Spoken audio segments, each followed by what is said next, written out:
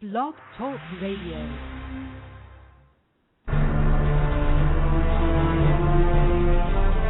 There's a mystery lurking the forested areas of the world.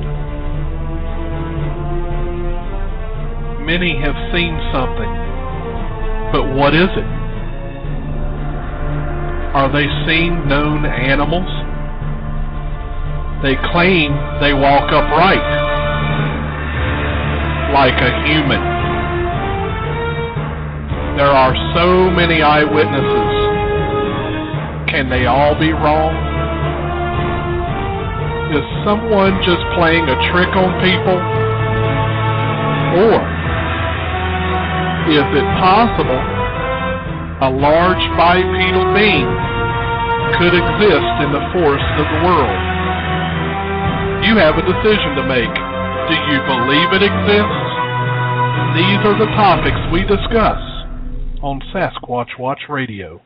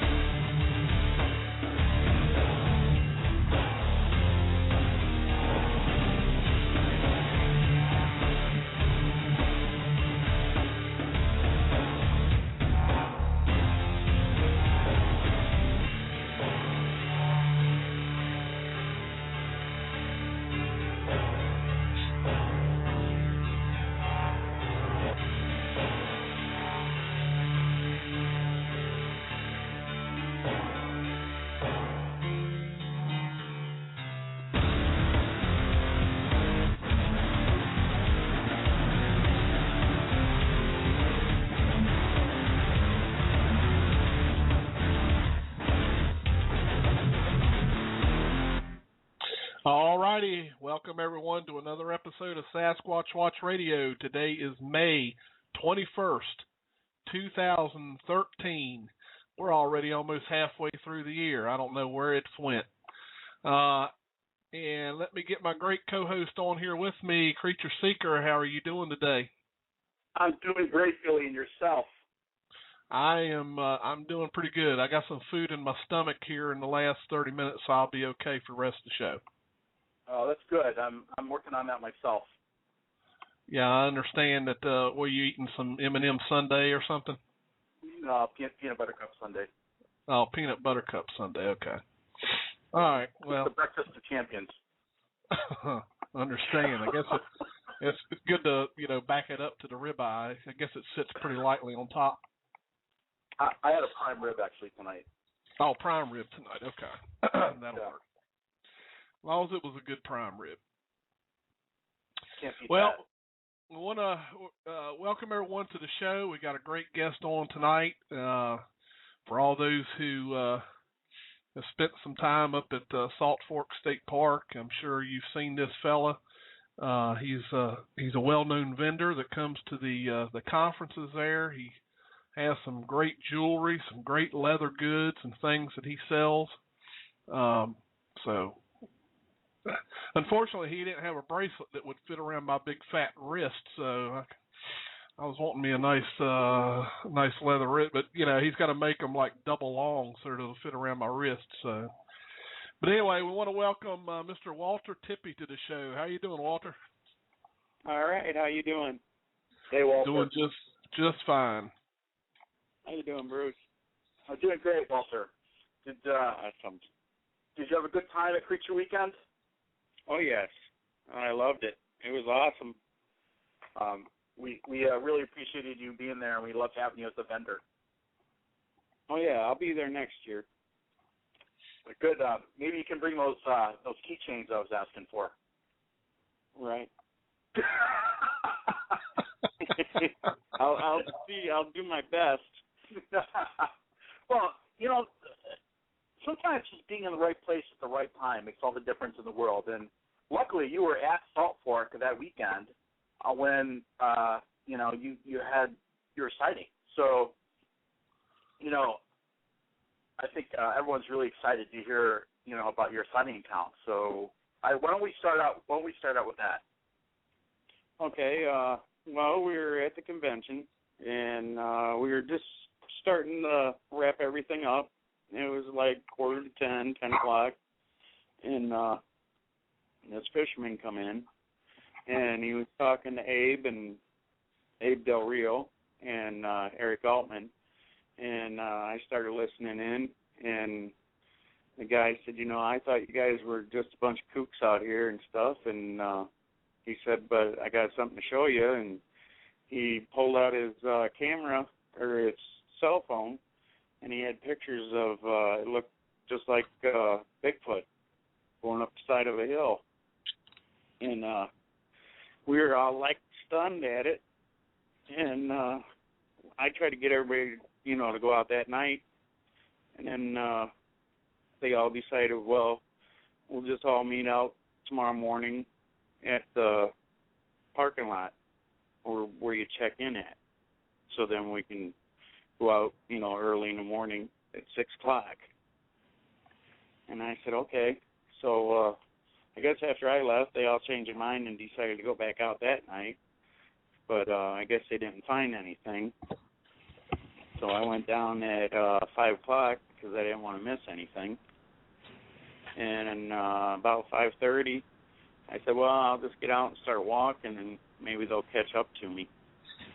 So I got out and started walking down the trail, and it was like everything was in my favor that day. The wind was coming off the left-hand side of me going to the right as I was walking, and 2 deer, they must have smelled or got spooked or something. They were on the right-hand side of me down in a little valley there on my right, and they took off running. And I said, wow, that's pretty cool, And the sun was just starting to peak up a little bit, and I kept on walking, and came to this curve where it starts curving around the trail so you can walk back, and I heard somebody talking, but I couldn't understand what they were saying. And, I thought it was Abe and Eric that was up on top of the ridge on my left. I thought it was them guys in their black shirts, because Abe's got the black T-shirts, and I took a stick, and I hit the tree, and I said, hey, you guys, wait up, and they started walking faster. By the way, Walter, this wouldn't be the first time that someone mistook Eric Altman for a Sasquatch. So, that's very common. Well, there was one tall one and one short one. That's why I thought it was them 2 guys. Perfect. Yeah. Was the short one eating a magic mushroom? No mushrooms. No shrooms in this one. And I took the stick, I hit the tree, and I said, hey, you guys, wait up. And they started walking faster, and I said, oh, yeah, very funny, guys. And I looked up, and I got a good look at them then, and I said, wow, that ain't Abe and Eric. So I took off, and I went up the hill, and I was trying to catch up to them. But, I mean, their walk, was just so fast. I mean, they weren't running. They were walking, but they were walking real fast. And I'm trying to catch up to them and trying to get their picture. And they took off once we got down where the hill drops off. They took off. And, I mean, they took off fast. And they got down in the brush line. And that's when I snapped the one picture of the one turning around to look back at me. And I was just in shock. I couldn't believe what I was seeing. I'm like, wow, this can't be happening. So I called up to Abe's room and stuff, and Abe said, no, they're all still in bed and stuff. And I said, well, I'll be back, in a couple hours because I was at least that, into the woods. But I didn't have anything on me. I didn't have anything except my knife on me, a little 5-inch hunting knife, and that's the only thing I had on me. And I didn't have my compass or anything, and I always kept the sun on my left shoulder so I didn't get lost out there. But I know what I saw. I mean, and they they were actual Bigfoot. They were all black, and they were just almost like a black bear color, except these were walking on two legs and walking fast. And I would never notice them if I didn't hear them, like, talking. I don't know if you can say talking, but it sounded like somebody outside your house, you know, talking or something where you could hear them, but you couldn't understand it. Like it was like a mumbling, like if anybody remembers 8-track tape players or whatever, it sounded like an 8-track tape player that the tape got screwed up, you know, and started messing up. And I couldn't believe it myself. And I was just hoping to God when I got back that I went through the pictures and I actually got the one good one, but they were just moving so quick I couldn't catch up to them. Well, so Walter, yeah, can I ask you a couple of questions? Mhm. So when you saw these creatures and they started walking away from you, did it ever occur to you that they might be dangerous? Nope, not at all. And why did you get the feeling that you weren't in any danger? Well, I want to be the one to take the good picture, and I'm just that type of person, you know. I'll go after it if I have to, you know. I want to get the definitive picture. How tall, how big were these creatures that you saw? Well, looking by the tree where they were walking by after I got up on the hill, I'd say the one was at least 10 to 11 foot, and the other one was just a little bit shorter. He could be anywhere between 9 and 10. So this creature that was 10 feet tall, you decided to run after? Yep, sure did. And you weren't concerned at all for your own safety? No, I didn't feel like I was in any kind of danger, you know, because they were trying to get away from me. Yeah. I mean, at any time they could have stopped, but they didn't. Anytime they could have stopped, turned around, they could have torn me in half if they wanted to, but they didn't. These creatures just wanted to be left alone and gone. I mean, they were moving pretty quick. And you said you saw their fur. You said it was black like a bear, but was it long and shaggy? Was it short, bristly? Nope, it was just like a bear hair, probably like 3-4 inches long. It wasn't matted, you know, like I always thought they would be. Yeah. You know, out in the woods, I thought maybe, you know, they'd be just a matted mess, you know, like a long-haired dog or something that was out in the woods. But no, these were pretty clean, you know, fur. And as they were walking away from you, did you notice anything strange about the way they walked versus the way a human being walks? The stride was a lot wider, and I don't know how to say it. Their legs, because I was from behind trying to catch them, but their legs were kind of funny as they walked. I don't know how to say it, you know, they move funny. But their arms were swinging by their side. Were their arms really long? Oh, yeah. Yep. The arms were just almost to their knees. Well, I'd say right at their knee level as they were trying to get away. Now, do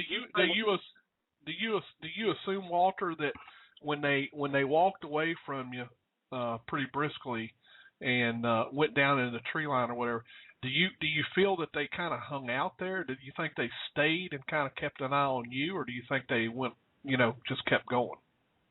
I think they kept going because I got down in the tree line and I couldn't hear them, I couldn't see them, nothing. Okay. I mean, it was like a deer, you know, like them two deer that ran on my right side. when they took off running, I only saw them for a few minutes, and they were gone. You couldn't hear them or see them, and you know they were running, but you couldn't hear or see them. Wow. Walter, did you try looking for any tracks after that? Yep, sure did. I looked for tracks, but the ground was hard. I didn't find any tracks. I couldn't find any hair samples, anything. I even went back this past weekend and went up there and was looking around. I actually went up there for about 4 hours looking around up there, just trying to find anything, and I couldn't find nothing. Other people asked me if I could smell anything once I got up on the hill. I didn't smell one thing. I didn't smell anything like a dog or wet dog or anything. I didn't smell any of that. Did it seem odd to you that a creature that large would be able to go through the woods and the brush without you hearing them? No, because, I mean, I saw deer run in the brush before, and you can't hear a deer when they take off. And these things must be so adapted to the outside that, I mean, they can run and stuff, and I don't think you could ever catch them. I think I only got lucky because they didn't see or hear me, and the wind was blowing in the right direction where they couldn't smell me, and I think everything's just perfect. Because I got a feeling if I was with somebody, I would have never got the chance to see him, because we probably would have been talking. And these things are so massive that all they had to do was stand by a tree or something, and you would think that they'd be a shadow or another tree. I mean, they're hard to spot unless you see them actually moving. Now, other than the talking type noises, did you hear any other types of sounds that they made? Nope. Okay. The only reason I asked that question, and I don't know, Bruce, I don't know if you've talked to Melissa, but I was sent a piece of audio because a few people stayed out there and camped near that campground down towards the end of the campground, which isn't too far from that area. And they actually recorded some pretty awesome audio late at night, because what they do is they leave their audio recorders outside and let it run overnight while everybody's in bed. And this audio that I heard, you can actually hear something outside. It sounded like it was kind of rummaging through some of their camping items on the outside. And then you can hear what sounds like tongue-to-cheek pops. Have you ever heard that before? Like a real bellowing type sound that sounds like it's made by clicking your tongue in your cheek? I never actually heard nothing, no. It's kind of amazing hearing that on the audio. I mean, there's obviously something outside their tents when they're all in there snoring away. And it's funny, Bruce, here again we have another example of, it's almost like when you're snoring, it's like an attractant or something. Mhm. Well, we had experience out to Salt Fork. This ain't the first time. I mean, this is the first time I actually saw them. And right. I mean, I'm still in shock over the whole thing because I can't believe I actually saw them. Right. But we've had a few other experiences out at Salt Fork before. We were camping down at A15 the first time we ever went camping. And me and my boy went down and was looking. We found a wolf track down behind Camp A15, and it was way down that hill. And we both decided, he was only 6, and it was getting late. I said, well, we'll just get it tomorrow. And this was last June, and we were camping out, and every night we had raccoons. Every night. One of them even got in our tent. it actually opened the zipper, got in, and tried to get in our food. And the night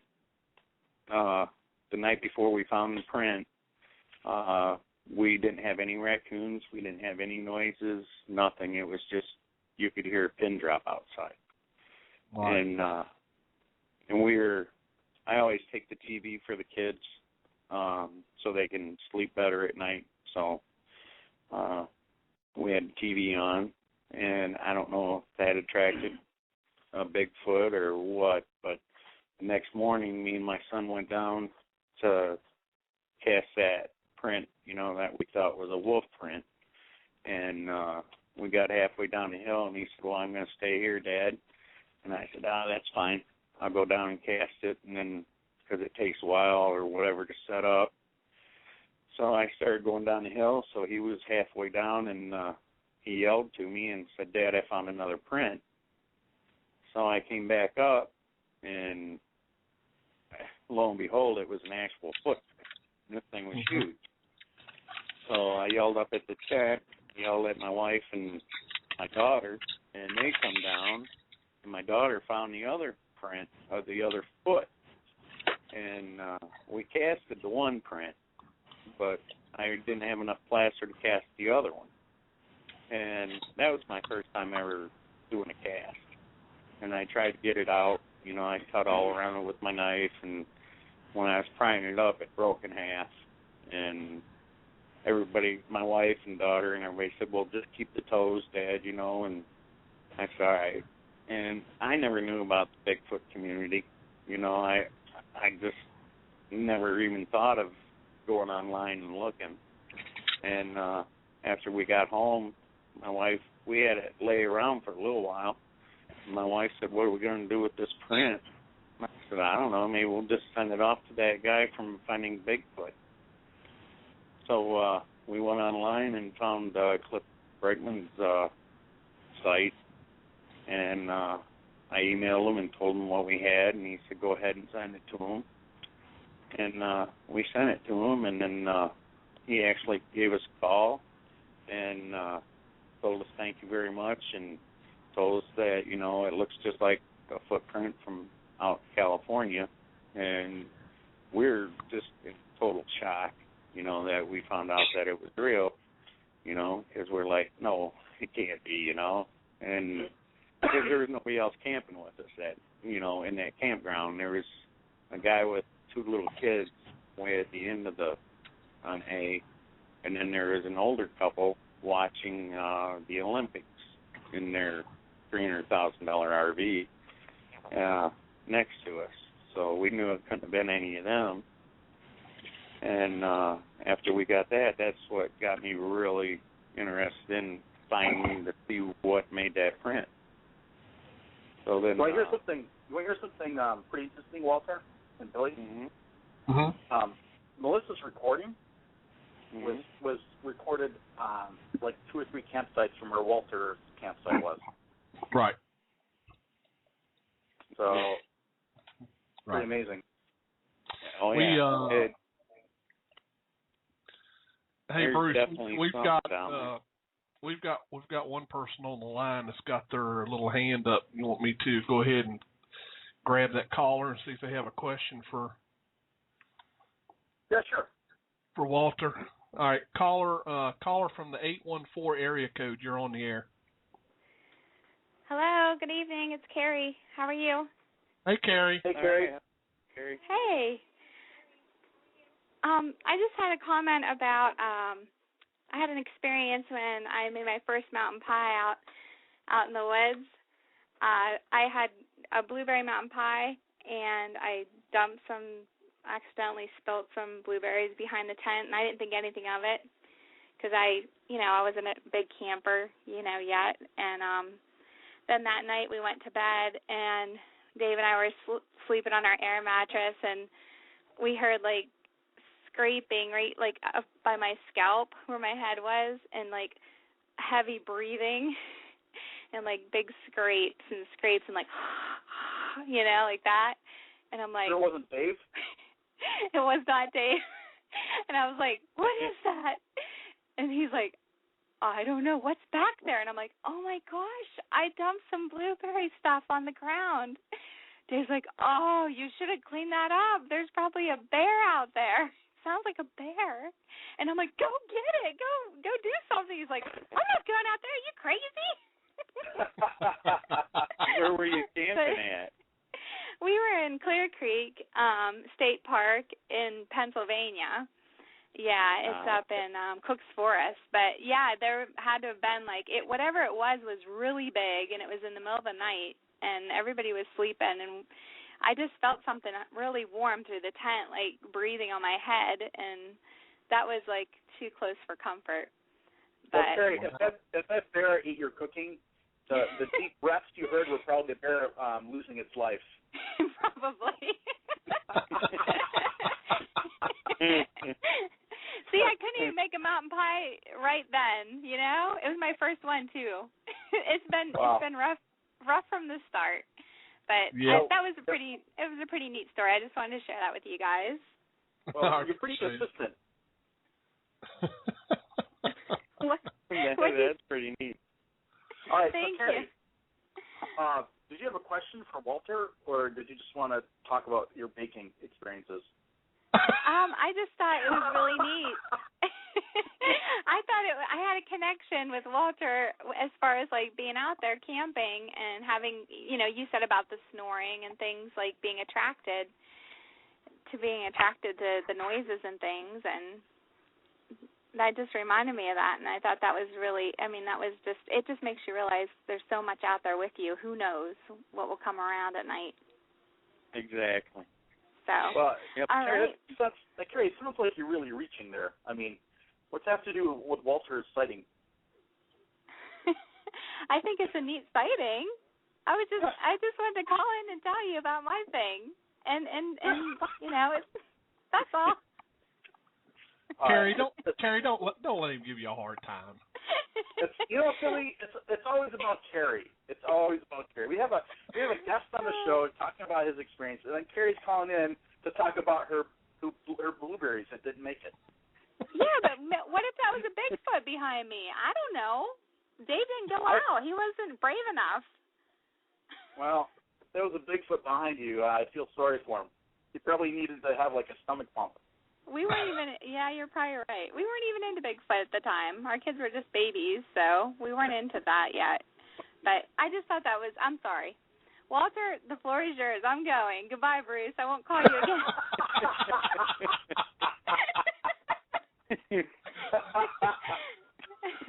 Thanks for calling. Bye-bye. Thanks, Jerry. Thanks. Bye. Bye-bye. Well, no, that was totally random. Anyone else have any random things they want to share with us? Jerry, while we talk about engine repair or something. I mean, this is a Bigfoot show. Let's. She'll never call in again, Bruce. The way you pick on her. Oh, yeah, you should see the way I pick on her husband. Oh, man. It kind of was Bigfoot related because she didn't know what it was out there. I know. Walter, that's kind of reaching. I think that's kind of reaching. You just never know. What? Like she said, you never know what's out there. Yeah, but, I think she just wanted to be on the show. I think that's why she called in. I'll tell you, after my experience, I really, really don't think anybody has to worry about them being attacked or anything like that. Because, they, like I said, they could have stopped, turned, and attacked me at any time. I think these are creatures out there that's just like any other creature, except they don't want to be seen. That's the whole thing. Right. Walter, do you regret banging the stick against the tree? Do you think you could have gotten closer to them if you hadn't done that? If I wouldn't have hit the tree and yelled to the guys, I know I probably could have got closer to them because they didn't even notice me. Like I said, the wind was going in the right direction where they couldn't smell me or see me or anything. They were way up on the ridge there, and there was absolutely no way, So I probably could have snuck up a little closer to them, and probably got a better picture. But, I wish somebody else would have been with me too, But on the other hand, if I would have had other people with me, we probably would have been talking or something, and then they probably would have heard us and took off. Mm-hmm. Yeah. Most of the time when I go out alone because I like to be quiet, when I go out and try to find them and do research, but I just try to be real quiet. You just, that's how you see things. Like last year, I went out and I had these 2 big deer, big bucks, and they walked within 10 feet of me. And I was just sitting there, just listening to the sounds, waiting for something to come by or take a picture of. And sure enough, these 2 deer, within 10 feet, they didn't notice me at first, and then all of a sudden, bam, they stopped dead in their tracks, looked at me and saw me, and stared at me for a few seconds, took 2 jumps in the brush, and you couldn't hear them. I knew they were running, but you couldn't hear a sound when they ran into the brush. Well, we got another caller holding with their little hand up here. So let's see what we got here. Area code 608. You're on the air. Hi, it's Donna Fink. How are you guys? Hey, Donna. Donna, how are you? Just fine. I just have a question for Walter. He was kind enough to let me tag along the morning after his sighting, and I wondered if he had gone back to any of those caves we saw, because we thought we might have heard a wood knock and maybe something on 2 feet walking above a pretty steep cave that same morning by where the fisherman had his sighting. Did you go back, Yep. Walter, and take a look at that area or any of them? I never had the time to go back up there because I did that interview with Sharon and stuff, and I never had time to really get up there because it was a 3-hour drive. And, right. But I want to get back up there where me and you heard that. I don't want to tell anybody where because I don't want 300-400 people tracking up, our sighting area that we heard something. But that was pretty awesome. I mean, we actually did hear a wood knock, and we heard somebody walking, and I was waiting for them to come out the other side of the brush line, and they never did. No, and it was really steep above that cave, so I'm surprised that cave is not closed off above there like Hosek's cave is, because if you were up there, you might slide off, and that was a much bigger cave. But so what's your thoughts on your being a Bigfoot magnet? Yeah, that's what you call me, a Bigfoot magnet. I'm telling you, I think you are. Yeah, there's something. I mean, it's like every time I go down, there's something that happens. The footprint, and then the one time we were camping out, we were doing a show at the library for Doug Waller, and something at 2 a.m, it felt like something ran into the trailer or pushed it, because we got a little pop-up camper, and it actually knocked stuff off the counters at 2 a.m, woke everybody up, and got the flashlight, went outside, looked around, couldn't see anything, and then the next morning we had to hurry up and get to the show, and then when I got back, I parked the truck in the same position and everything, and I was looking at the trailer to see, if there was dents in it, because, it hit so hard. And the only thing we found was a big handprint on the side of the truck where it must have used my truck and pushed against the camper and then dropped it. That's kind of what it felt like. And I went out in the woods after that, and I found that deer carcass out there, and sure enough, its leg was twisted and broke. I still got the leg. It's in the back of my pickup truck. I did read that. Yeah, my wife started yelling at me, "You ain't taking that home." I said, "Yeah, I am." I said, "I got to show my brother." So. Well, next time I'm hanging with you from now on, as long as you let me, and I'll be quiet. I promise. Oh yeah. You were nice and quiet. Oh, good. Walter, well, make sure you get that in writing. Make sure you get that in writing from Donna. Oh yeah. What did he say? What did you say, Bruce? No, Don is awesome. I mean, thank you, Walter. Yep. I go out. What anything Bruce says. What? I go out hiking with you anytime, Donna. Oh, thank you. I'll be back one day. I'll have to. Oh, good. You Just let me know. I'll be gone first and second week of June. You're going to Texas? Well, first week of June, I'm going to Arkansas and going down to Boggy Creek. Going to do some research down there, and then I'm supposed to meet up with a bunch of other people down in Texas with their group, Brandon Garrett, and we're going to do some research down there in Texas. That's fun. Tell those guys we said hi too. Well, thank you for talking to me, and good show, guys. Talk to you later. Thanks, Donna. Bye-bye. Bye-bye. Bye. All righty. So, Walter, if you're going to do it again and say the same exact circumstances happened, what would you do differently than what you did the day that you had your sighting? Well, I would have been more quiet. I wouldn't have hit the tree and yelled at him, and I would have tried to sneak up on him, get closer so I can take better pictures. I'm not scared of him. I mean, I'd go after him, no matter what, because I want to be the one to take the good picture.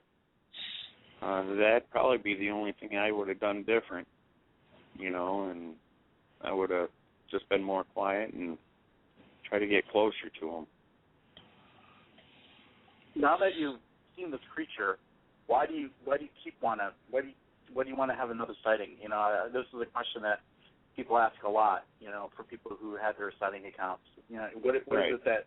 Why are you? I don't want to use the word obsessed, but why are you so still? Now that you've had your sighting, why are you still interested in having another sighting? I don't know. It's like something deep inside. I mean, you get obsessed with it. Like you got to go out and see him again. I don't know how else to put it. I mean, after seeing him, it's like I got to see it again.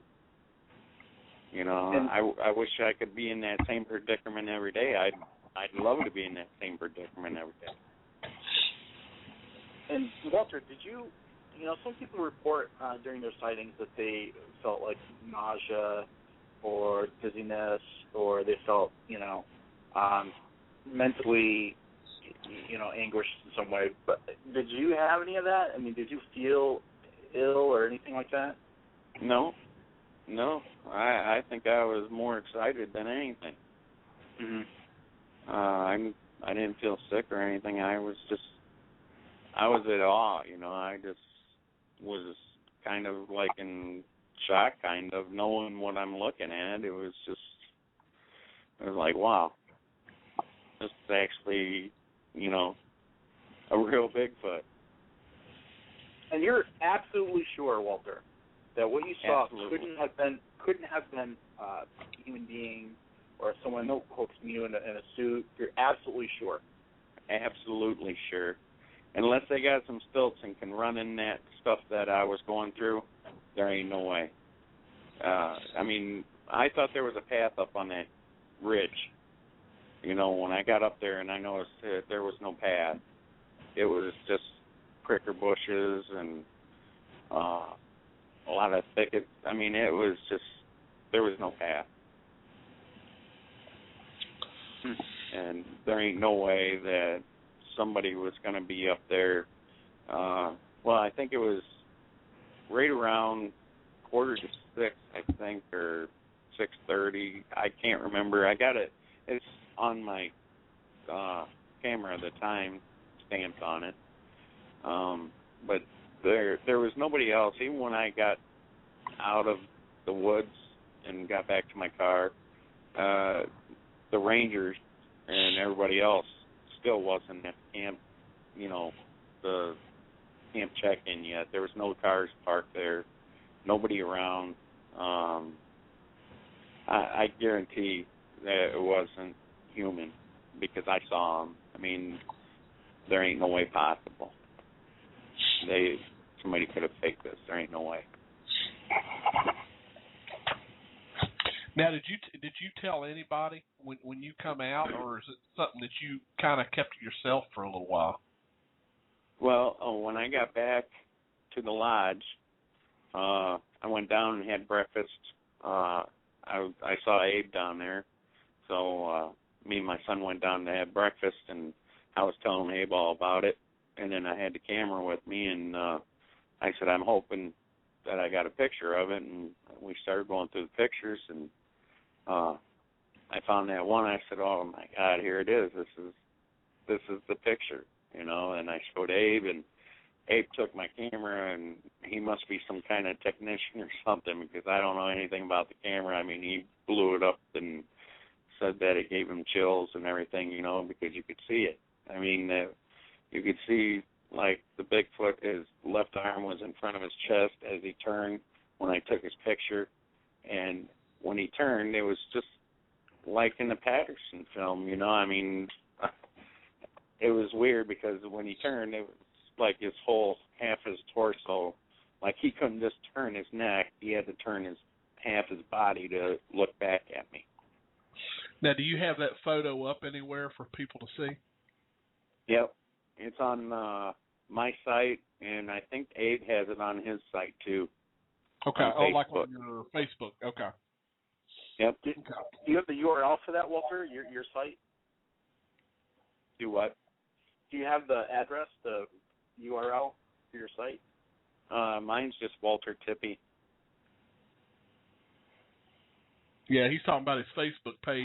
If you put in the search bar Walter Tippie, it should come right up because that's how I found you too. So. Yep. Interestingly enough, the last time I heard Abe say something gave him the chills, he was talking about a bag of mushrooms he got out with the salt pork.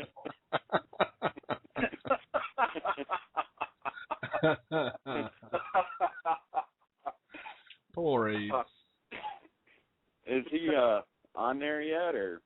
I haven't seen him, so he must not have ever.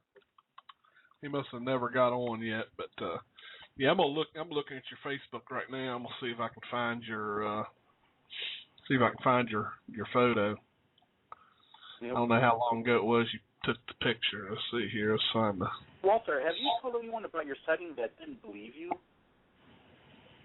No, I haven't come across anybody that did not believe me, because I think everybody knows me because I don't lie. I mean, like this past weekend, I went out. If I don't find nothing, I don't say anything.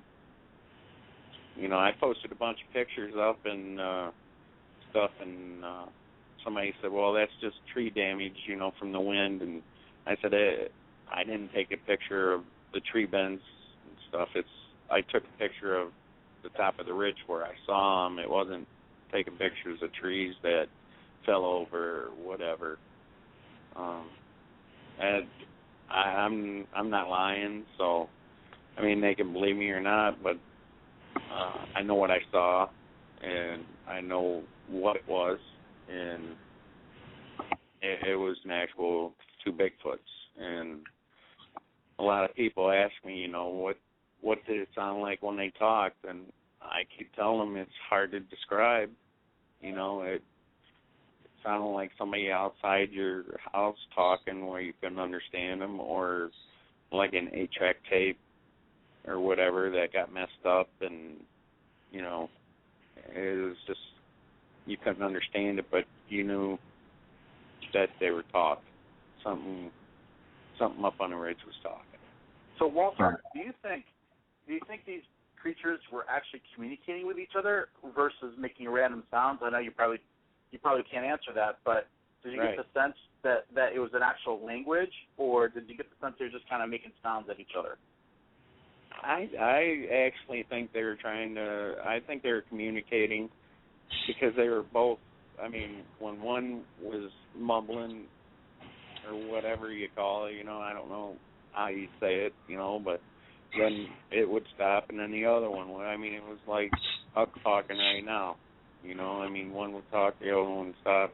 And so I was definitely thinking that they were communicating, but I don't really know, I mean, I don't know any of the language or whatever, and they were a little bit too far away to actually hear if it was, any kind of lingo in there or whatever.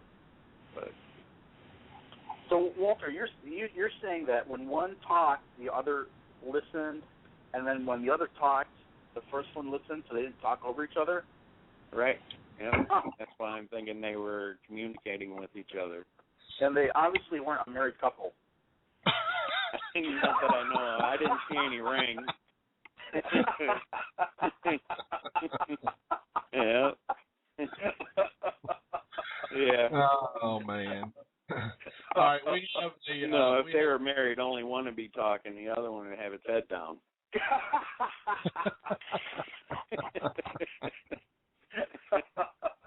All right, we have a Skype caller with their hand up.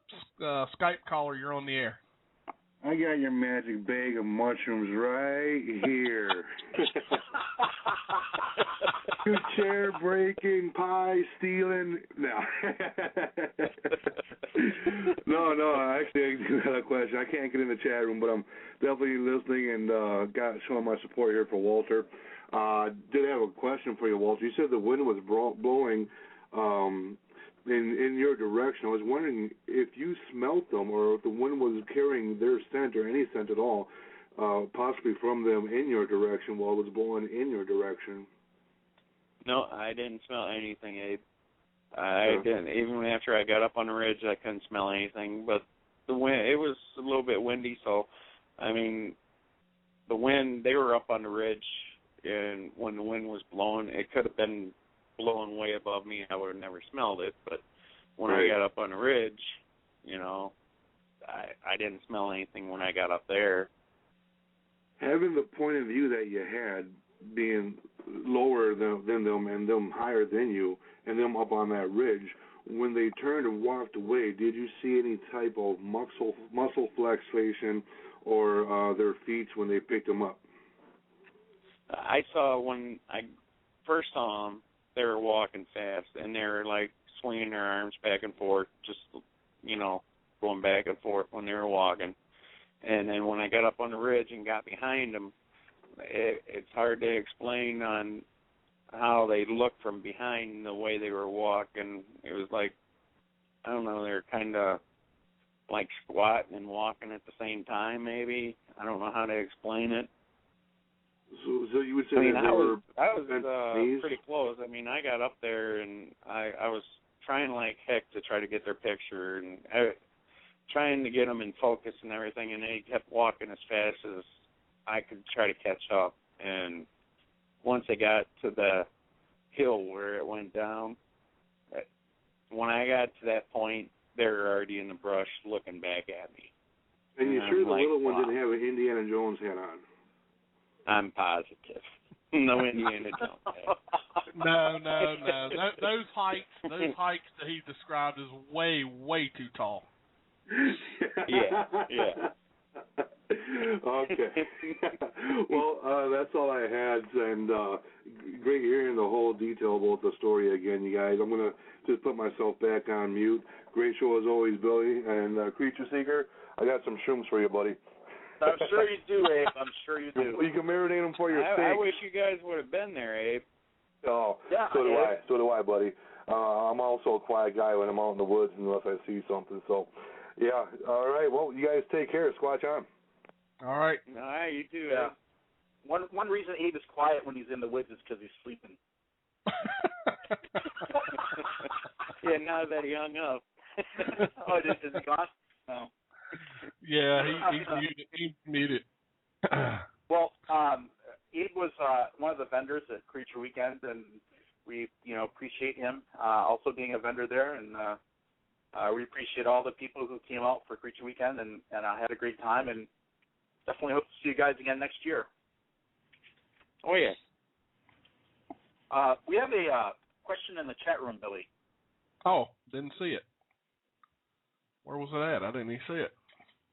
Some guy, Wendy May, he's asking if we could email, or maybe he's talking to Walter. Could you email a pic to this guy? Oh, I can, but right now my internet's down. Oh, that's right. Yeah, I can't even get on line to see who's asking questions right now. You know what I could do? I can post the link to his Facebook page in there, and then they can go there. Yeah, let me get on there, and I'll post the link. While Billy's doing that, I just wanted to take this opportunity to announce that we are having a camping outing at Salt Fork State Park, July 10th through the 14th.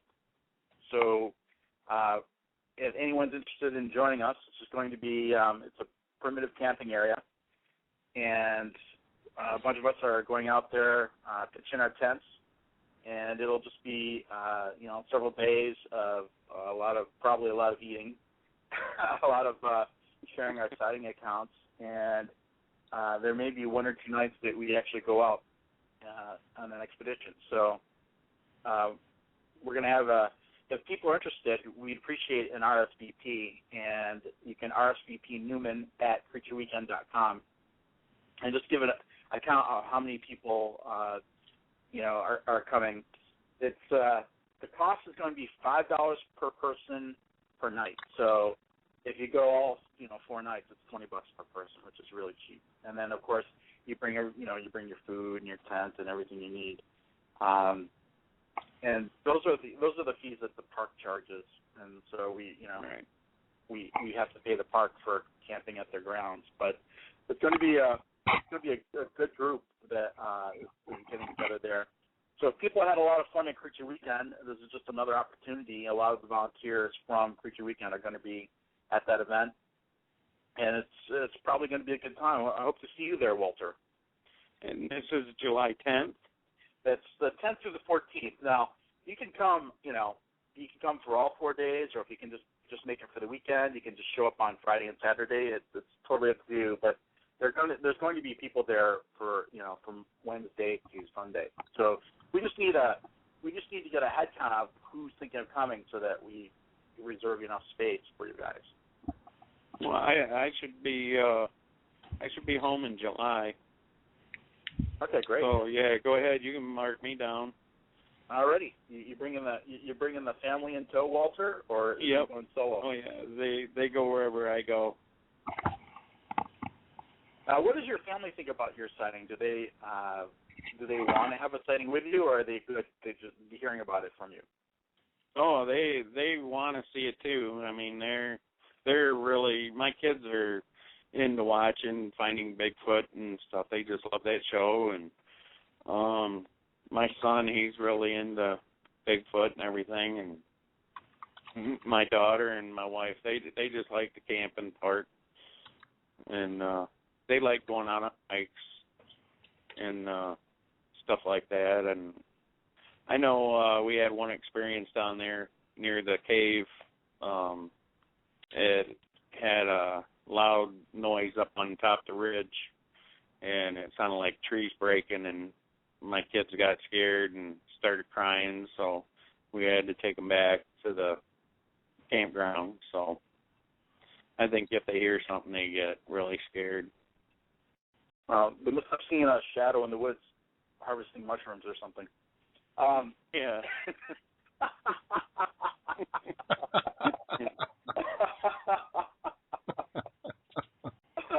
And, also, for those people who missed our workshops at Creature Weekend, I'm trying to convince some of the volunteers to actually,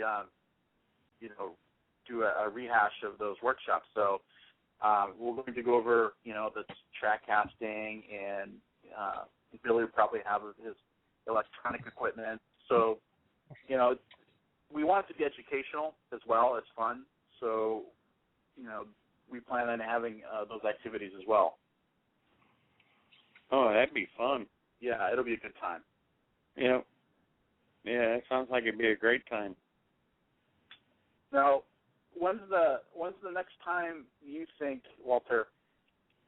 Do you think that there's some sort of these creatures working on some sort of time frame, or do you think it's pretty much random when you see them? In other words, if you're going to do this again, is there a certain time of day that you think is a better time of day to maybe get a glimpse of these creatures?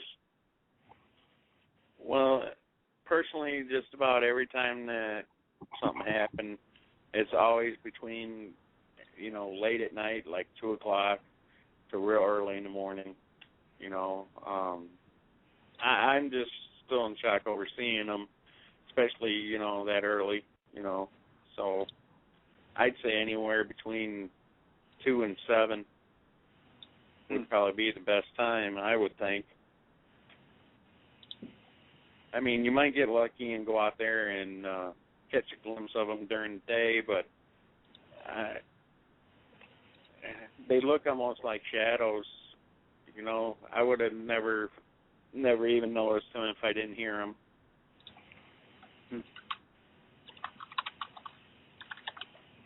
Billy, did you have any more questions for Walter? No, I was busy trying to send this photo to that guy. He can't find it, so I'm going to kind of shoot it over to him just so he can see it. So, well, it's a pretty exciting stunning account, and you know, when Walter was retelling it, I was kind of kicking myself because you know all of us were at the park that weekend, Billy, and exactly. You know, the thing is, it's just like I said at the very beginning of the show, and being at the right place at the right time makes all the difference in the world. You know. Oh yeah. Oh yeah. You know, it would have been great to have a sighting like that. Yeah, definitely. I mean, it really, it's like a life-changing moment once you actually see them. You know, I mean, I've saw footprints before and stuff like that, but when you actually see them, it like does something to you. I mean, you got to keep going out. You got to keep looking.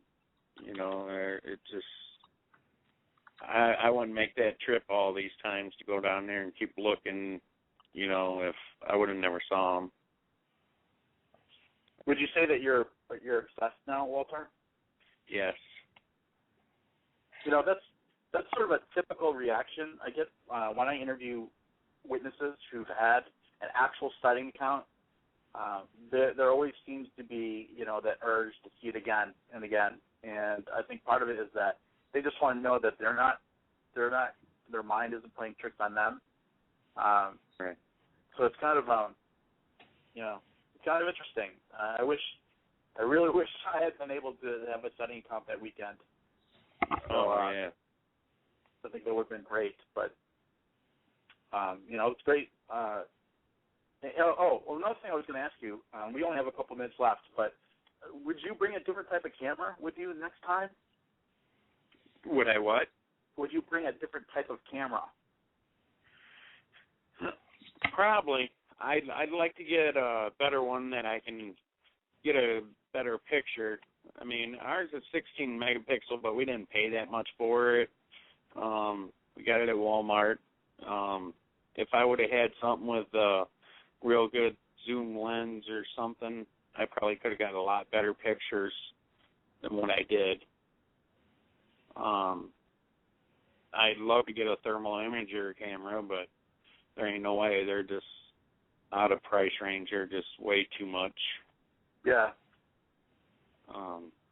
Well, maybe you could get one from all those keychains you sold at Creature Weekend. Yeah, there you go. Yep. Well, we got about 20 seconds left. So before we go off live, I'd like to thank everyone for tuning in tonight.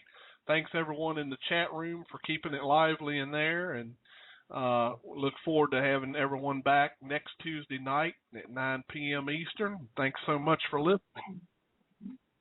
All right, thanks everyone. we can keep going. So, Walter, that's pretty interesting. Yes. I mean, seriously, I just can't. I can't get over it. You know, Billy, I can't get over how close we were to actually seeing a Bigfoot that weekend. Oh, I know it. Yeah. I know. I really wish that there would have been other people with me. I really do, because that, you know, maybe with better cameras and equipment or whatever, but the only thing is that I really don't think we could have got that as close as what I did. You know, if there would have been more of us, because it would have scared them off, or they would have just, all they got to do is stand by a tree. You'd never notice them. Right. I mean, if they stood by a tree, you'd never see them. Walter, you know what? You bring up a very good point, and Billy can back me up on this one. We went out one night with a group of people. There had to have been at least, 13, 14 people, Billy? Yeah. Oh, yeah. Yeah. So we went out with a group of people, and at one point we decided that we were going to break off from the group, and the group went ahead of us. And so Billy and I just sort of said, all right, well, let's hang out here. And so, you know, we found this, like, mossy area. We're just kind of hanging out there, and it was really, you know, nice to sit on. And we're just hanging out there in the wide open. We weren't hiding behind a tree. There was no brush, no, you know, tall grass. It was just like sitting out on your lawn, right? Yeah. So the group came back, and you know, we just, I don't know what Billy was thinking, but I was just thinking that they're just gonna, like, see us and just say, hey guys, come on, we're turning in. But as the group was coming back through, none of them saw us. Exactly. None of them saw us, and we weren't dressed. We weren't wearing camouflage. I mean, I was wearing jeans, and I had like a long sleeve, like, shirt jacket on, you know, like a safari jacket, and they were actually out there looking for him. Well, the weird thing is, they stopped. Billy, how far do you think they were from us on the trail? Not even, you know, 20 feet at most?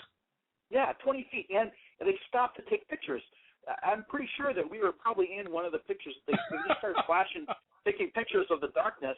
And here we are, just a mere 20 feet away from them, and none of them, not one of them actually saw us out there. And they stopped right next to us. They took pictures, and they just kept walking on by. Yep, exactly. And if Bigfoots do the same thing, and like I said, if I would have never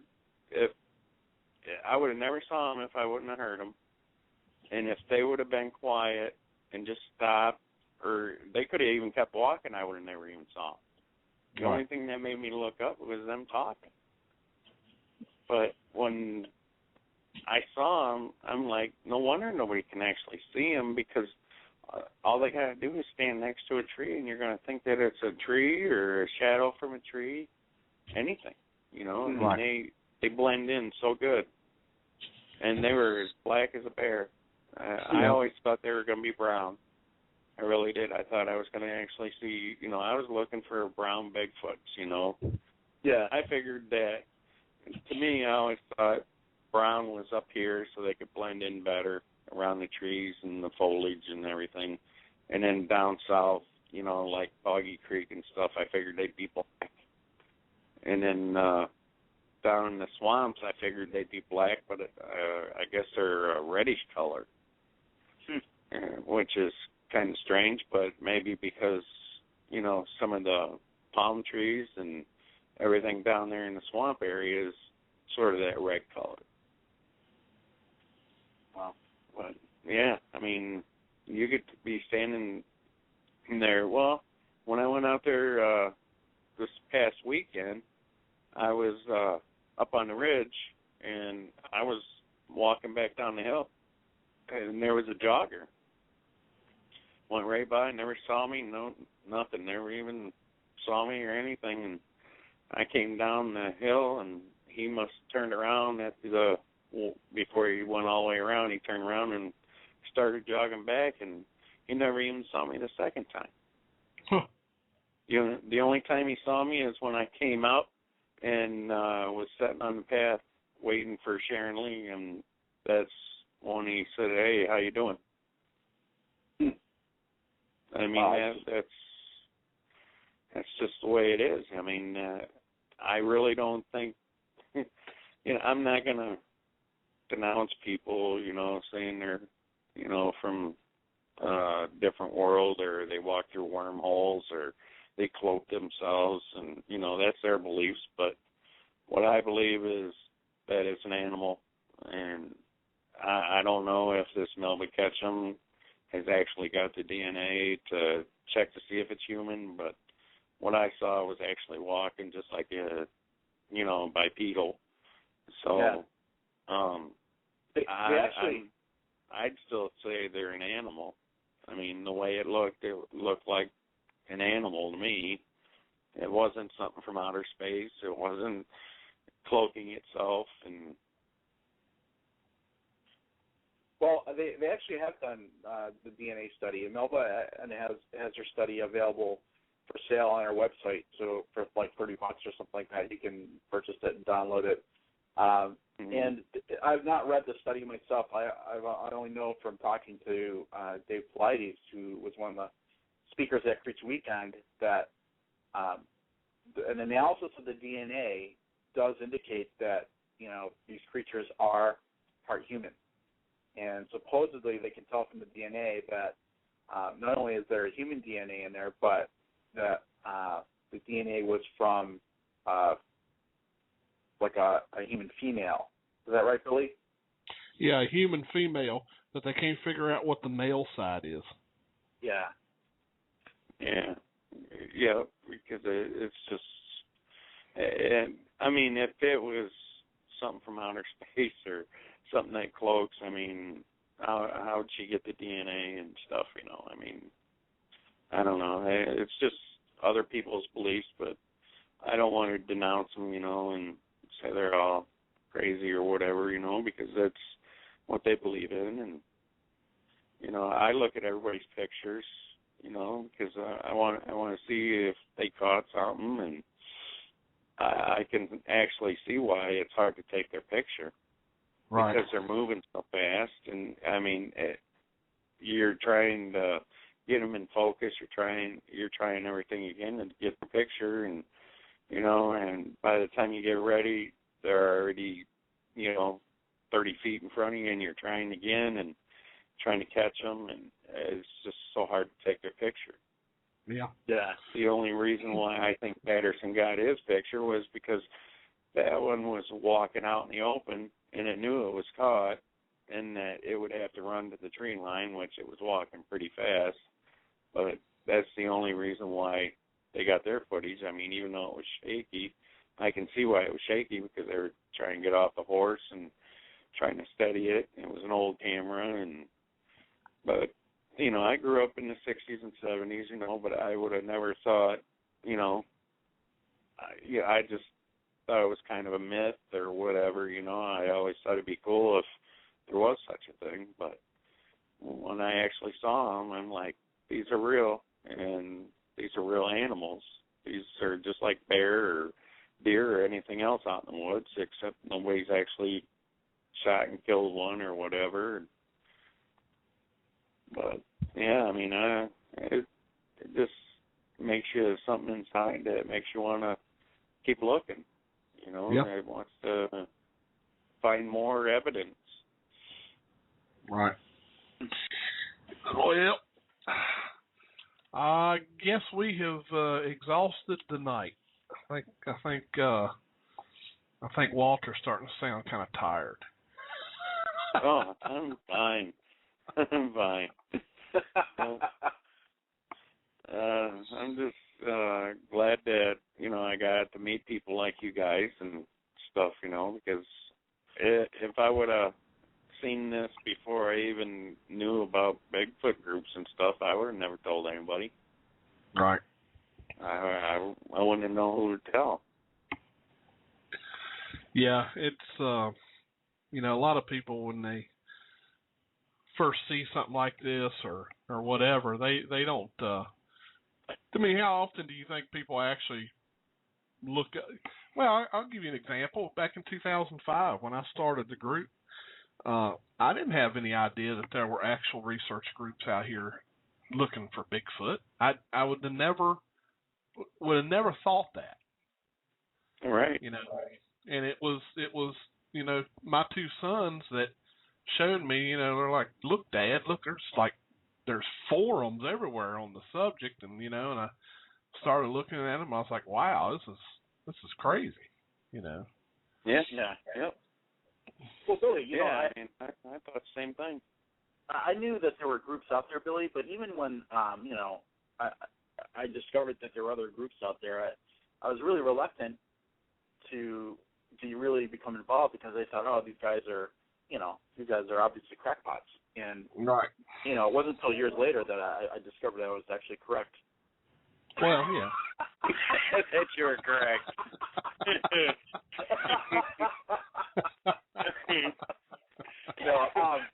Honestly, though, I've met some of the nicest people. They're just regular folk, And there's some Fruit Loops out there, but the majority of people I've met are just really nice folk. They're just regular, everyday folk who saw something extraordinary, and it's been really nice to have met them and to know them and to hear their sighting accounts. So I don't regret at all, being actively involved with Bigfoot groups, except for Dave Rupert. I do regret that, but other than that, I got no regrets. Well, I really actually don't belong to any certain group. Because I just I kind of just got into actually knowing that there's something out there now. I mean, it's just amazes me that there's something that big out there and nobody's ever actually seen it besides, a few people, and I just feel lucky. But, I mean, I don't know, I just don't want to join any certain group because then you got to do what they tell you to do, and I like going out. A lot of people say you're crazy for going out alone and stuff like that, but when I grew up, most of the time, we didn't have a dad. My dad passed away when I was 8. My mom was always working, and she always worked like third shift. So most of the time, we spent most of our time in the woods, with no tent because, back then we didn't have the money. So, we built our own stuff, and that's how we all grew up. We kind of lived out in the woods a lot and did a lot of camping because we didn't have much money to do anything else, so that's what we did.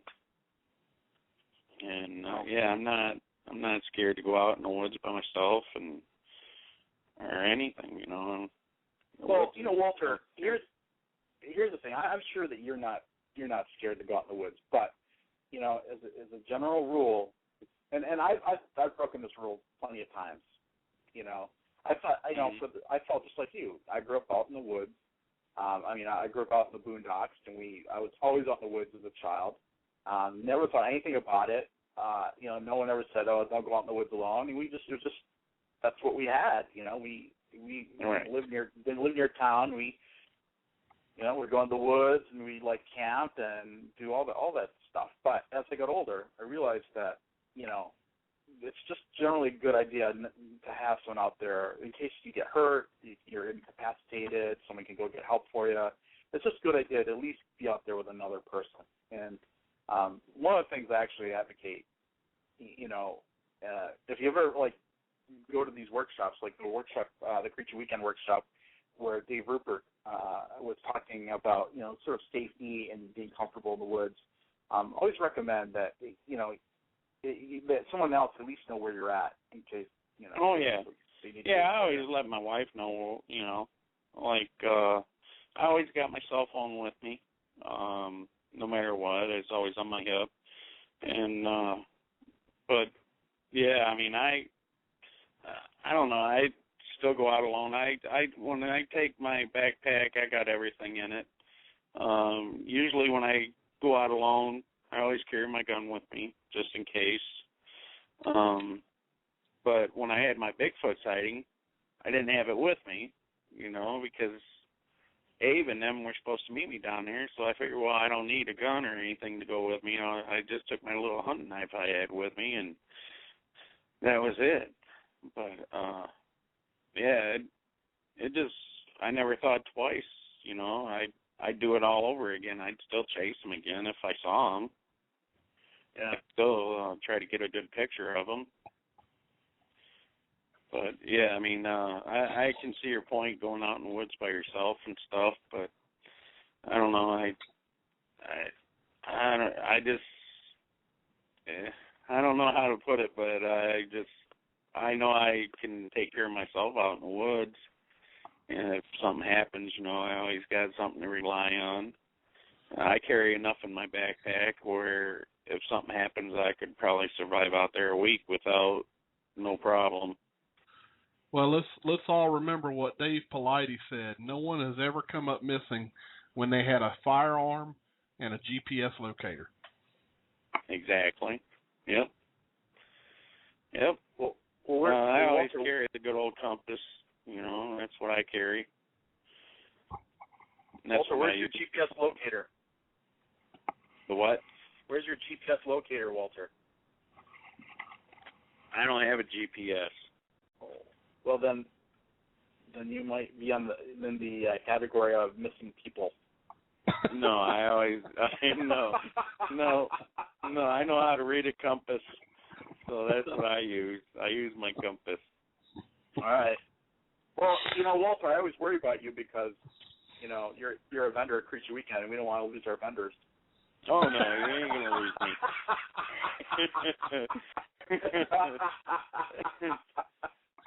Are you sure it's just the vendor part, not the money part? Walter, we really enjoy your company, and I really appreciate you coming on the show to talk about your sighting report. They estimate that for every person who comes forward with a sighting report, there's probably, Billy, 10 people who had a sighting and don't ever talk about it. Oh, definitely. So, I really appreciate you just coming on the show and just talking about it openly and sharing it with us. Yeah. Well, I mean, it would have been hard to explain to people if I didn't get the picture and everything, and everything worked out perfect. I mean, as soon as I got back, I showed Abe, and Abe saw the picture, and he said he got chills from it, when he blew it up and seen it and saw the facial and everything. It's like, wow, it's pretty cool. Yeah, it is pretty cool. Yeah, I just want to get out there and find him again. That's my obsession now. You never know. You never know, Walter. Exactly. Trust me, you never know, because I would have never thought in a million years I would have ever got to see one, ever. I thought I'd always be the one sitting back listening to other people's stories and wondering, wow, is that true? Did he actually see it? And that I would have been one of them people, but I know what I saw, and I know it was a Bigfoot, both of them, and there was no doubt in my mind. And I even told Sharon Lee, I said, I'll take a lie detector, whatever you guys got. I said, I know what I saw. Well, Billy, all right. That wraps up another show. Yes, sure does. Walter, thank you so much for coming on the show. We appreciate it. Oh, no, thank you guys. Just let me know anytime. All right. Good night, everyone. See you next Tuesday night, 9 p.m. Eastern. Y'all have a great week. Good night, everyone. Good night. Bye-bye.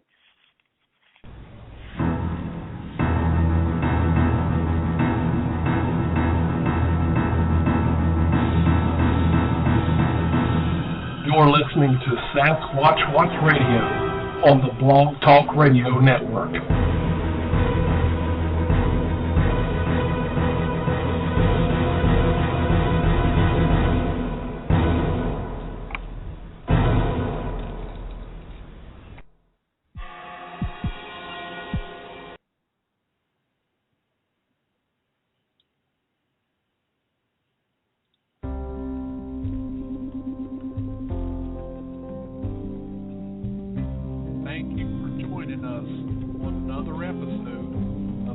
Sasquatch Watch Radio. Remember to join us again next Tuesday night at 9 p.m. Eastern. We appreciate every one of our listeners. Thank you so much for being here.